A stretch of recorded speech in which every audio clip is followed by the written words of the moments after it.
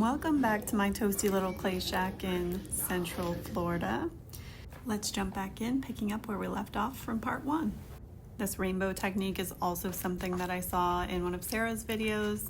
She has a full tutorial on it, so go check it out on her channel. After glazing this rainbow cup, I took a break and actually went on one of the first date nights my husband and I have had since birthing our second child, which was much needed. The next clip is a tiny bit loud because it's a concert. Find the volume button on your remote if you need to. You've been warned. He was born to love me. I was raised to be a spoon of his food.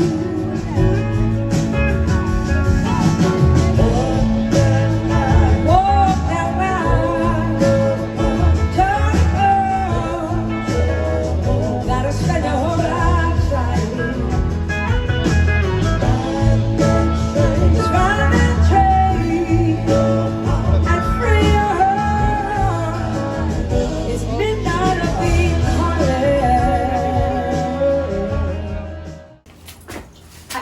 Friends, it is Kiln unload day. I don't know why it's so hard to wait for the last 80 degrees of a kiln to come down, but we're at 160 degrees, and normally I crack the lid around 200 degrees Fahrenheit, but I've been trying not to do that. I've been trying to just let it come all the way down to outdoor ambient temperature. I just can't wait anymore, so we're gonna see what's in here.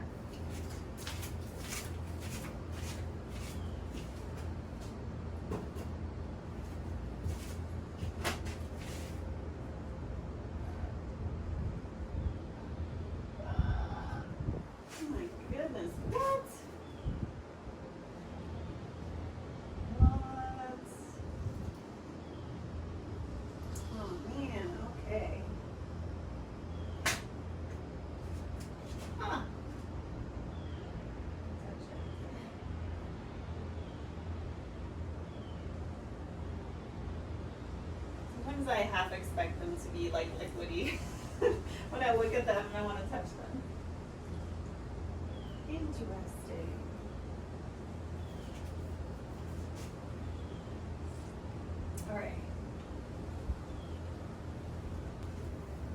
All right, we have a lot of drips.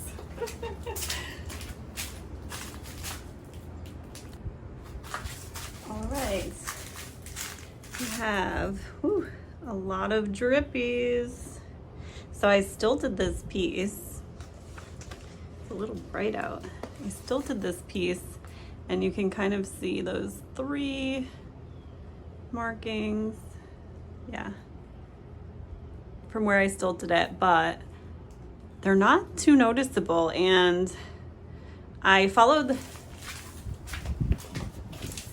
the advice of someone that said you can wax your stilts and it makes it a little bit less noticeable. I think that was on a Sarah Walton. I forget who said it to her. Kill and unload. But oh man, look at these drips. I think I'm gonna have to move you in closer. Check out, oh man. Oh man, I wonder if this, I think it'll sit flat even though it has that drip. Some beautiful blues in here. Let's see if I can get this to focus. I can put some pictures in the sunlight. Ooh, it's still very toasty.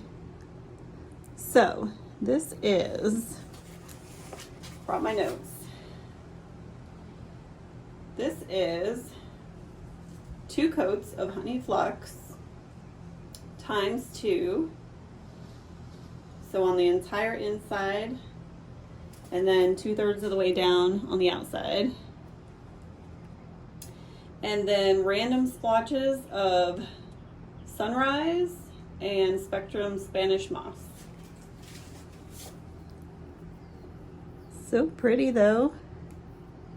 A little bit of a crawl there maybe.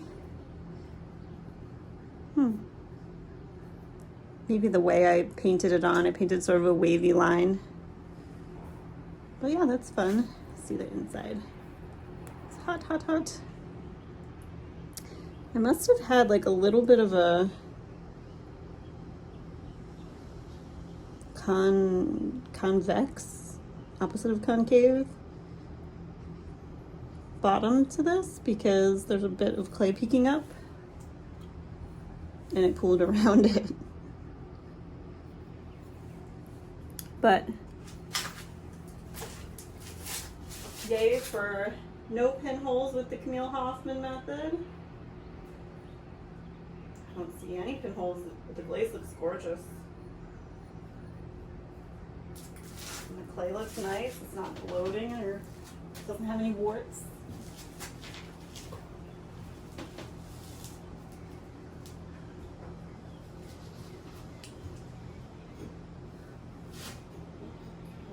With my other hand.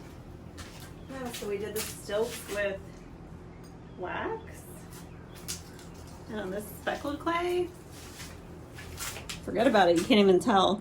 My son wrote his name on this one. This is actually a piece that he did, and it had yellow underglaze all the way, all on the bottom, and then I put indigo float over it just to make it a little more special for him. And I did some indigo float on the rim. But I'm not sure exactly what this picture is. I'll have to ask him and put it in the description. It looks like two people dancing, but they have one face, so I'm not really sure what this is. He's 3 years old, so this came from his imagination. He's gonna love it. And again, looks good. Maybe like a teeny tiny pinhole there, but it looks sealed. I think we're good. It's hard to tell, it's mainly texture.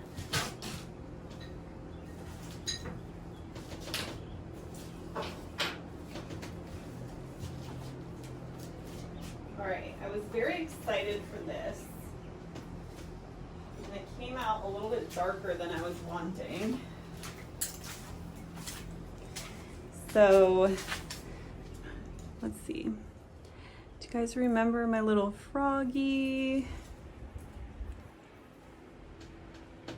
on the lily pad? And I tried to put some Aqua Celadon for the water. So you guys have to share some tips or tricks with me, because every time I've painted underglaze, I try to get some variation. So this is avocado underglaze, and you'll see in the before, I added some little hands for him and some little webbed feet, and I tried to put some variation on his body when I was painting it, of lighter greens, darker greens.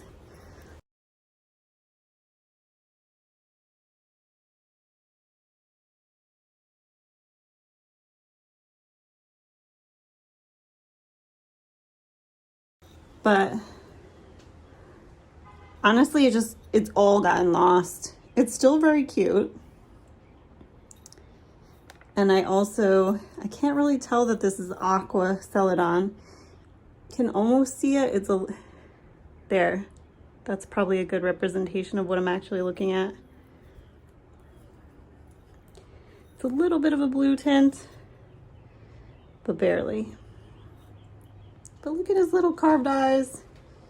I still think he's wicked cute. This could be a little ring dish, trinket dish, or just a hidden surprise, hidden creature bowl. Eating your cereal and then all of a sudden there's a peekaboo surprise. And this is just on speckled buff. So maybe if I chose a lighter clay body, that would make more sense. I'll tilt this camera up just in case I want to cut my head off.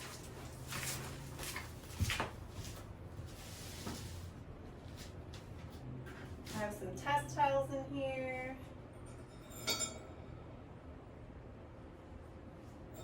These are cool enough that I can actually touch them. So I tested out 2 new clay bodies. I tested out Kentucky Mudworks Rue and Kentucky Mudworks Brown Bear. And these are both Rue. So I tried out kimchi, Spanish moss, and Kiwifruit.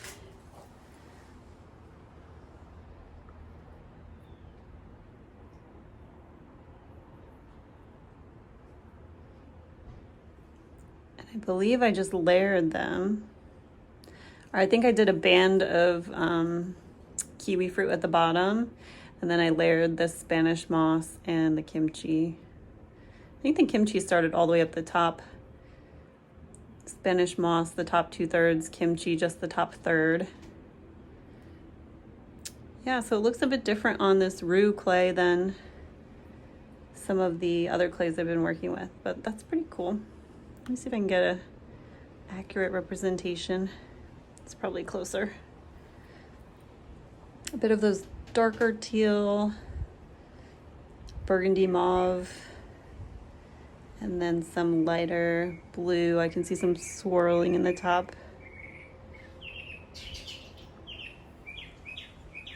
And then we have, this is just textured kiwi fruits.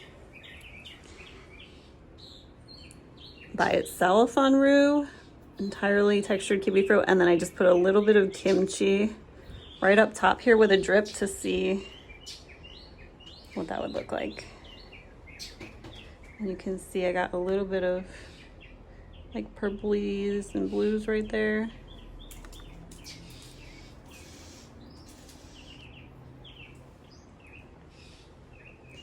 Yeah, so that's pretty. Kind of in the dark teal family.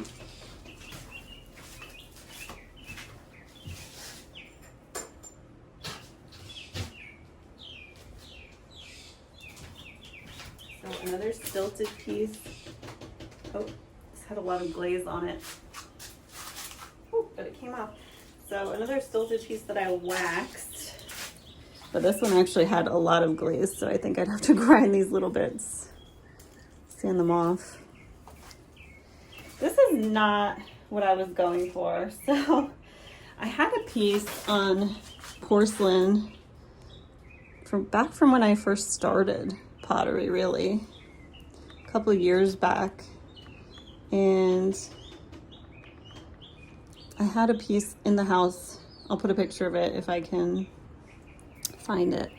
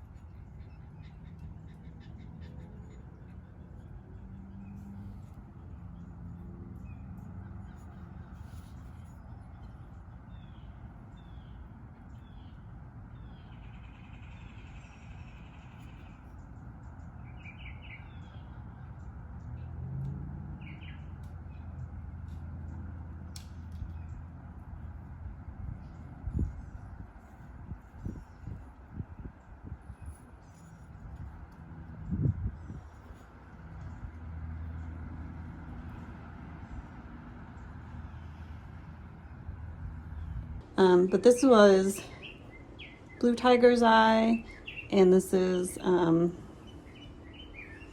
Living Coral, both Speedball.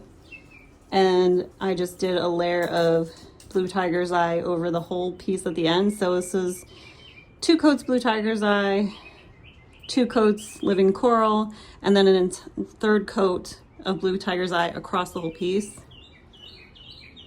And I just thought that would look much different. It looks a bit muddy on this clay, which I think this was,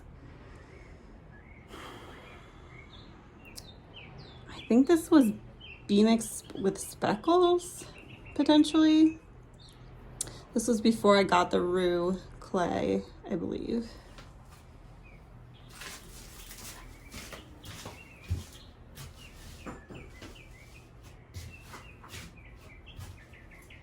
All right, this is the one I thought would be the showstopper.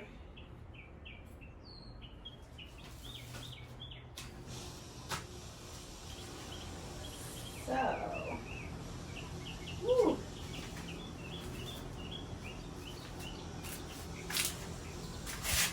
This is like my friend's style coffee mug. If you want to drink a big bowl of coffee every morning. And this is a quite vibrant rainbow. So this is a stroke and coat and honey flux situation. Similar to the tutorial that Mugwort's Art Crafts does.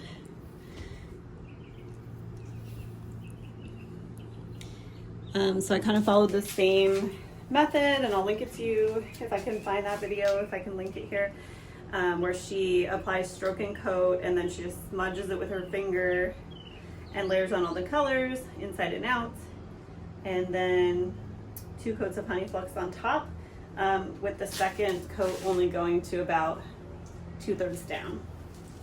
And I stilted this piece, you can kind of see a little bit, but it's on speckled clay, so it's not too bad. And it did not pass the rim. There's a little drip here where the handle is. I kind of knew that would be the case because it's a handle. So I'll have to see if that sits flat. Might grind that off. But yeah, yowza. Let's see if I can get a bit more light in here. Maybe I should take it out into the sunlight. Woo! Yes.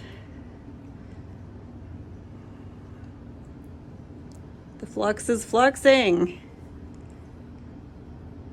Check that out.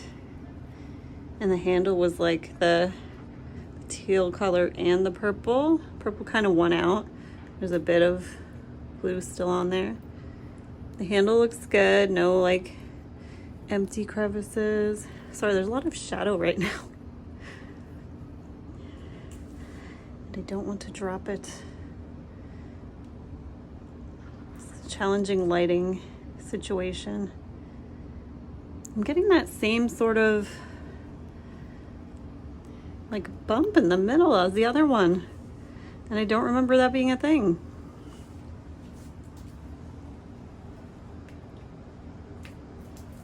Huh. It's a nice big glaze drip on my shelf. A very pretty one.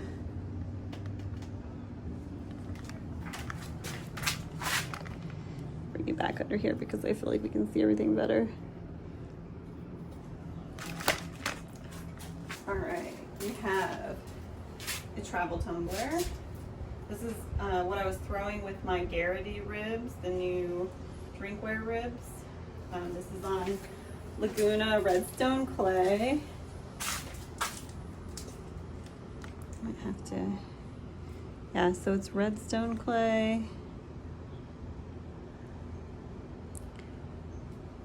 Where can I get a good shot of that? There we go. I think it wants to be over here. Here we go. Redstone. And then some really beautiful glaze variation. Maybe if I stand and block some of the sun.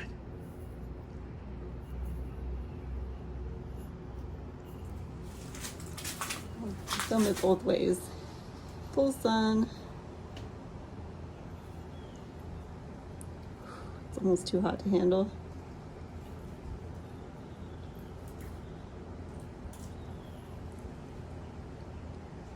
Oh, that's pretty. It's like little arches up top. Ooh. This one had a bit of pooling in the bottom, and you can kind of see some texture in the bottom that I don't love in the bottom middle again. But overall, still gorgeous. Let's see if I can get in there. Let's see. I block some more sun.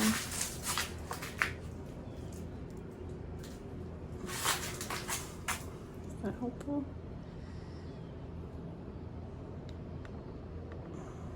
I might need to do these indoors. And I'll put some pictures. This is,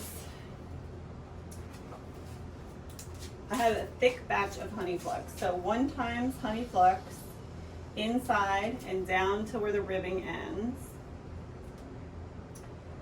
And then I had a runny batch of floating turquoise. I'm not sure if it's always runny, it's a new to me glaze.